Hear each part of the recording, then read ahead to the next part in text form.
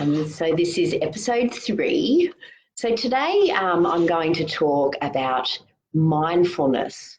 So we're slowly moving through the basic tenets of holistic health, being body, mind and spirit. So yesterday we talked a lot about the body and how we can support the body's innate healing, so its own capacity to heal no matter what is happening to us. And today we're moving into the mind, so mindfulness. So what do we mean by mindfulness? So, mindfulness, I'm sure everyone's probably heard of that by now as well. It's gaining huge popularity and it's for very good reason. It is the antidote to stress. It's the antidote to our modern world. It really changes your life if you can just start to bring in a few of these basic principles, which I want to share with you today. So, I often talk to people about, mindfulness meditation. And, one of the things that I often hear back from people is that they say their mind's over busy, so they can't meditate. It's too hard. And, meditation does not mean stopping the mind. It means, particularly mindfulness, it means being aware of the mind. So simply being aware in each moment what your mind is telling you is going on. Because, basically it's not situations in our life that causes our emotions, it's our mind, the way we think about things and our perceptions that create how we feel at any given time, including things like stress. So it's about becoming the observer. So noticing when you're being triggered and stepping back from that and taking a moment to breathe. But I'll come on to that. We'll get to that shortly, the breath. It's magic. In Buddhism, they say that the 3 causes of human suffering, one of them is aversion. So focusing on everything that we don't like all the time, just having our mind, we don't like this, we don't like that, we don't like that, causes our suffering.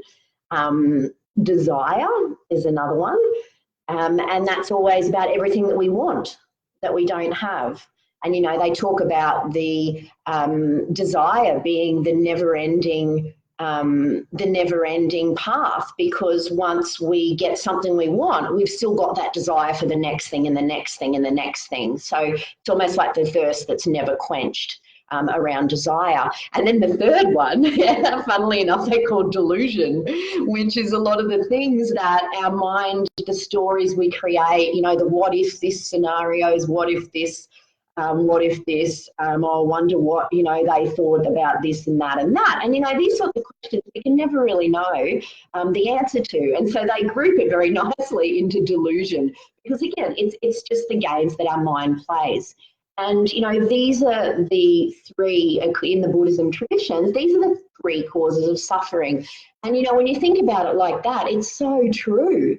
And so this capacity to be able to become mindful is just being aware of where your mind's at is such a powerful tool to change your life, to change the way you feel, and then change the environment around you changes as a result of what you're putting in and putting out to the world as well. We'll talk more about that tomorrow when we talk about energies.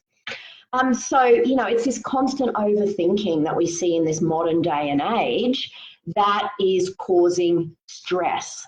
And it physiologically, so the body actually becomes stressed when we stimulate that adrenal gland and we get into that fight or flight response. And so whilst, the fight or flight response is a really beneficial response for the body if we are in fact in danger. And so we have this capacity if, we're getting chased by an axe murderer or something like that, when we are actually in danger, it's really beneficial for us to be able to get up and go the hell out of there, to be in that mind of survival, always thinking, where are they now, being in that paranoid type of survival mode, which if we were in survival mode really comes in handy. But the problem is in this day and age is that a lot of us have got so many things going on, we're never in the present moment, and so our minds are constantly overactive that we put ourselves into this survival mode. when we're in that type of mind frame for prolonged periods of time, we start to become anxious, we start to become delusional, paranoid, because that's a natural process of the body when we're drawing on this fight or flight response. And so our nervous system, it works in a very fine balance. So say this is our nervous system. So if we're in fight or flight response, we're not in rest and digest. And it works like a seesaw. You can't be in both at the same time. So it's either one or the other. So we're either in that fight or flight response or in rest and digest. And we actually, interestingly, need to be in this parasympathetic nervous system, which is the opposite of fight or flight, to be able to digest properly as well, which is why we're seeing so many digestive problems out at the moment too, because when we're in that danger mode and we've got to run and get away from the danger, the energy comes out of our digestive system into the extremities, so we can actually get away from the danger. So while we're in that danger zone, there's no energy in our digestive system to be able to digest properly, and then you start getting all the downstream effects from there. So the good news is there is a really easy way physiologically to change that nervous system response, and that's by the diaphragm. So our diaphragm sits at the bottom of the lungs. So by the simple task, or sometimes it's not so simple, if we're in that stress response, we're very constricted, and you might notice as well there's a lot of shallow breathing. This is because we're constricted and the breath can only be shallow, and that's the sign of panic and things like that. And so when we actually pause for a moment, if you notice that you're being triggered or you're feeling stressed or anxious, you just pause for a moment, connect in with your breath, and then draw that breath as far down into the bottom part of the lungs as you can. So when we're drawing it, that doesn't mean out to the sides of the lungs and the top. So just take a moment now and just see how easy it is. If you're not used to doing it, it can be a little bit, it can take a little bit of getting used to, but once you can find where that bottom part of your lungs is, your diaphragm will draw downwards, and that effect of that diaphragm drawing downwards actually stimulates that parasympathetic nervous system. So it directly counteracts our stress response. So if you know you're being triggered, you just pause for a moment, stop, and try and draw that breath really deep so that diaphragm's drawing downwards. And doing that for a few rounds will completely bring that nervous system back into balance. And at the end of this talk, I'm going to take you through a 3-minute breathing space. It's a very short practice that we can do anywhere, and I teach it to almost all my clients, particularly almost everyone's stressed these days. I'll leave that for the end. So if you're time poor, you don't have to do it. But if you're time poor, you probably should do it, because there's a good chance that you're overwhelmed and you've got a lot of stress going on. So what else I wanted to talk about? Mindfulness practice. So step 1 is simply being aware of the mind. So it sounds simple, but at first it's not going to be. If you're not used to being in the moment, like where you are right now, it will at first be difficult to notice what your mind's doing, because we can get into such patterns of being way in advance, like what are we going to do tomorrow, later, the next day, or we're still stuck in, the discussion we had the day before or a few days before that or earlier that day, wondering how that went. And, a lot of the time we're not living in the present moment. So, you might have heard of that where people talk about, the art of presence, being in that present moment. And it's being in that present moment that actually gives us that opportunity to pause, come back to the breath and evaluate what's actually going on, rather than jumping into that immediate reaction. So we have this reactive behavior when we're not present. We react when we put ourselves in a position of something that, might have happened years ago, that sort of thing. But this is the type of thing that happens when when we're not living in the present moment. We're reactionary. And then, you know, how often have you like reacted to something and then gone, you know, afterwards, oh my God, I can't believe I just did that. So, you know, the capacity to start to learn to be able to be aware of the mind is such a powerful practice, not only to help to take you out of that stress mode, but also to be able to cope with life in a balanced way, and then being able to find peace as well. So staying in that peace by, you know, not being taken away by your emotions, just stopping, pausing, coming back to that breath, and then reassessing what's actually going on. And you'll find too that if you do this 3-minute breathing practice, when you are being triggered, by the time you come out of that practice, you won't even know why you were stressing in the first place a lot of the time, because you've changed that nervous system. You're out of that reaction and you've gone to a place where you can actually have a proper evaluation of the situation. So that's step 1, mindfulness. Step 2 is once we're, you know, quite used to the mind and observing the mind, that's where we can move into the deeper practices of self-evaluation. So, you know, self-reflection, reflecting on our own patterns of behaviour, and you know why this becomes important more longer term is because these are the underlying reasons of why we react. What are our underlying belief patterns, or what are these barriers that, you know, that we've created from past experience, or, you know, other thought processes that actually prevent us from being peaceful, having a peaceful mind. And, you know, from that peaceful space, we can much better relate to ourselves, relate to people around us, and relate to life in general. And so, you know, there's so much research starting to come out about mindfulness practice as well. And because it is that powerful to be able to help us have, you know, have a much better life too. Pillars of mindfulness. I'll just to keep it short, I'll just share a couple of my favorite pillars. So these are self-reflective practices. The one of them is sense of humor. So, you know, don't take yourself too seriously. Particularly not your thoughts sometimes. You know, sometimes, like, I've been doing this for a long time, and sometimes I have to, like, catch myself and I go, oh my God, what's that? Throw that one out. But, you know, it's just being aware and then stepping back and laughing. But, you know, if I wasn't aware of it in that time, that thought would start going, and then I'd start going, rah, rah, rah, rah, rah. And then 20 minutes later, I'm feeling sick, I'm feeling terrible, I'm hating on, you know, everyone, or hating on myself.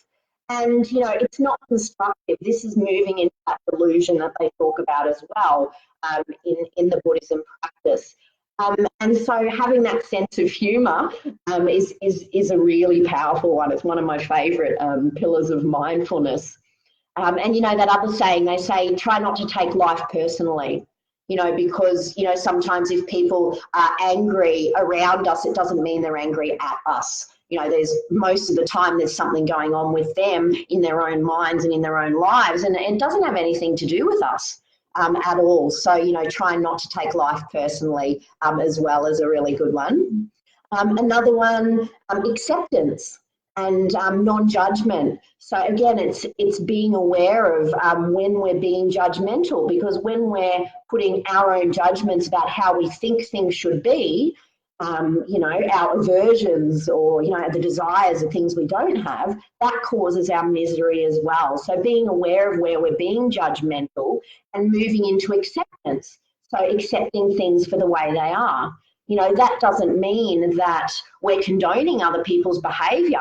We're simply allowing them to live their own life. I mean, we can't change them anyway, so why bring the suffering onto ourselves when we're thinking we don't approve of, you know, other people's behaviour? So, you know, just allowing them to be the way they are. And the biggest one that I see with a lot of my clients is self-acceptance as well. Like, nobody's perfect. You know, we all mess up. That's the journey of life. So just accepting yourself for, you know, whatever you're doing your best most of the time. So, you know, just allowing yourself to be and you know, accept what's happening too is a really powerful practice to help with that piece. And lucky last, my favourite is beginner's mind. So beginner's mind, it simply means just that. It's like approaching situations as you're walking through life as a new situation, you know, trying not to bring in the past, because then that can hold us in those past patterns as well. You know, so if we think, oh, that's going to happen to us again because it's happened in the past, we start to create that as well and hold ourselves in those same patterns. So we're going to talk more about that tomorrow when we talk about the different laws of energy and how that works too. All right, so does anyone have any questions? Yeah, awesome. Yeah, that learner's seat, it's so valuable, just coming back to that, you know, allowing yourself to be in that beginner's mind. On Monday, next Monday night, I've set aside an hour for a talk, so please feel free to join me. If you've got any questions about anything, any diseases or anything that I can help you with, I can share all of my, you know, decades of knowledge. I'm more than happy to help out. So do join me on Monday night if you can make that as well, and bring all your questions. It's always fun to learn off, you know, to learn off others, and then, you know, we can learn off different questions and things that people are wondering about as well. All right, so to finish off, the 3-minute breathing space. So if you've got another 3 minutes. So what we're going to do is we're going to use our fingers, and we're just going to simply breathe with each of these fingers. But the key is to be able to stay attached to the breath during that time, and breathing deep into the belly to really take us out of our head by staying attached to the breath, keep us in the practice, so stopping the mind from running away by keeping your awareness on the movements that will go through, and then that deep breath, drawing that diaphragm down to help reduce that stress response. So if you're safe to do so, please don't do it if you're driving your car. Closing down your eyes and just starting to bring your awareness onto your breath, and starting to lengthen out that breath as well. So we want to try and draw that breath all the way to the very bottom of the lungs, and gently breathing out as well. Now we're going to start by connecting your thumb and your pointer finger together, your index finger, and taking a really nice long deep breath all the way into the belly, and then breathing all the way back out again. And then we're going to move the thumb along to that second finger and repeating that process. So a nice long deep breath and a slow steady out breath. And then we're going to move along to the next finger and doing that same thing again, breathing all the way in and gently breathing out. And then onto the small finger and repeating that process all the way to the bottom of the lungs and gently breathing out. And then we're going to move on to the second hand, the thumb and the small finger, breathing all the way in and gently breathing out. And then moving on to the next finger along on that second hand and repeating that process. And just really feeling as well into how that breath's feeling that space and expansion. And then moving along to the next finger and doing that same thing again. So feeling that expansion on the in-breath and that letting go and release with each out-breath. And then moving on to the index finger on that second hand, breathing in and out. And then we're going to do the same thing going back in the opposite direction. Remember, there's no rush. Takes less than 3 minutes, so you're not running late. Breathing in and breathing out. And then moving to the next finger.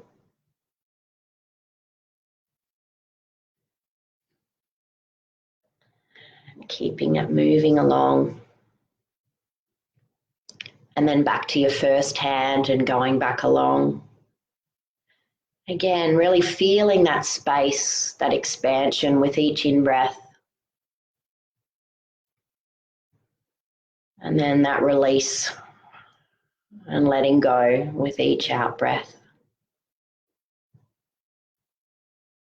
And then when you get all the way back to where you started, just pausing for another moment and just checking in with how you're feeling.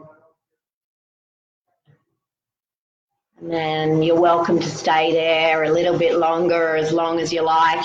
Enjoy that relaxation.